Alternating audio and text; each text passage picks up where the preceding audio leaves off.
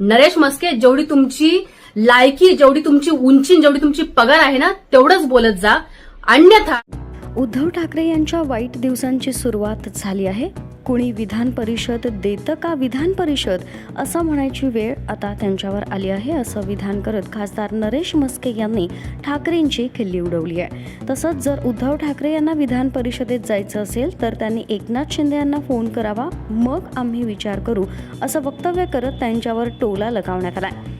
जरा पहा नरेश म्हस्के नेमकं काय म्हणाले ते.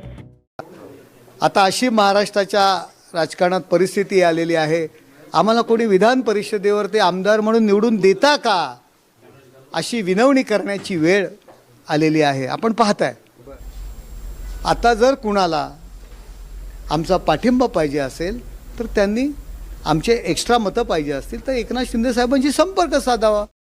दरम्यान या प्रकरणात शिवसेना ठाकरे गटाच्या अयोध्या पोळ यांनीही उडी घेतली आहे. त्यांनी नरेश म्हस्के यांच्यावर थेट टीका करत त्यांच्या लायकीवरच प्रश्न उपस्थित केलाय.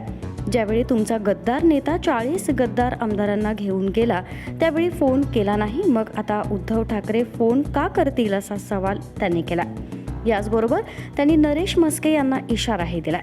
जय महाराष्ट्र. ज्यांची स्मरणशक्ती कमकुवत झालेली आहे, ज्यांच्या बुद्धीवरती गंज चढलेला आहे, अशी वाचाळवीर नरेश म्हस्के आणि समस्त गद्दार गँगसाठी हा व्हिडिओ आहे. आज नरेश म्हस्के म्हणाले की उद्धव साहेबांना आमदारकी पाहिजे असेल तर अमक्याला ढमक्याला कॉल करा. खरं तर मला समस्त महाराष्ट्राला एक आठवण करून द्यायची आहे की जेव्हा ज्या ताटात खाल्लं त्याच ताटात वोकाऱ्या करत जून 2022 रोजी एका गद्दाराने स्वतःसह 20 आमदार पळवले, नंतर परत पुन्हा 20 आमदार पळवले. तेव्हा उद्धव साहेबांनी कोणाला फोन केला नाही, उद्धव साहेबांनी कोणाकडे काही मागितलं नाही. उद्धव साहेब मागणारे नाहीत तर देणारे आहेत.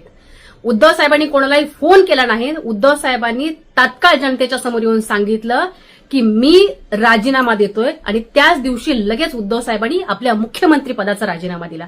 नरेश म्हस्के, जेवढी तुमची लायकी, जेवढी तुमची उंची, जेवढी तुमची पगार आहे ना, तेवढंच बोलत जा. अन्यथा आमच्यासारखे शिवसैनिक आहेतच तुम्हाला तुमची लायकी, तुमची पात्रता आणि तुमची जागा दाखवून देण्यासाठी. ठाकरे हे मागणारे नाही तर ठाकरे देणारे आहेत आणि तुमच्यासह समस्त गद्दार टोळीला त्यांनाच नव्हे तर त्यांच्या 7 पिढ्या बसून खातील एवढं ठाकरेंनी दिलेलं आहे. लायकीत राहा. नरेश म्हस्के यांनी केलेल्या या विधानाबाबत तुम्हाला काय वाटतं? तुमची प्रतिक्रिया नक्की कमेंट करून सांगा. Bureau report, Maharashtra news 24.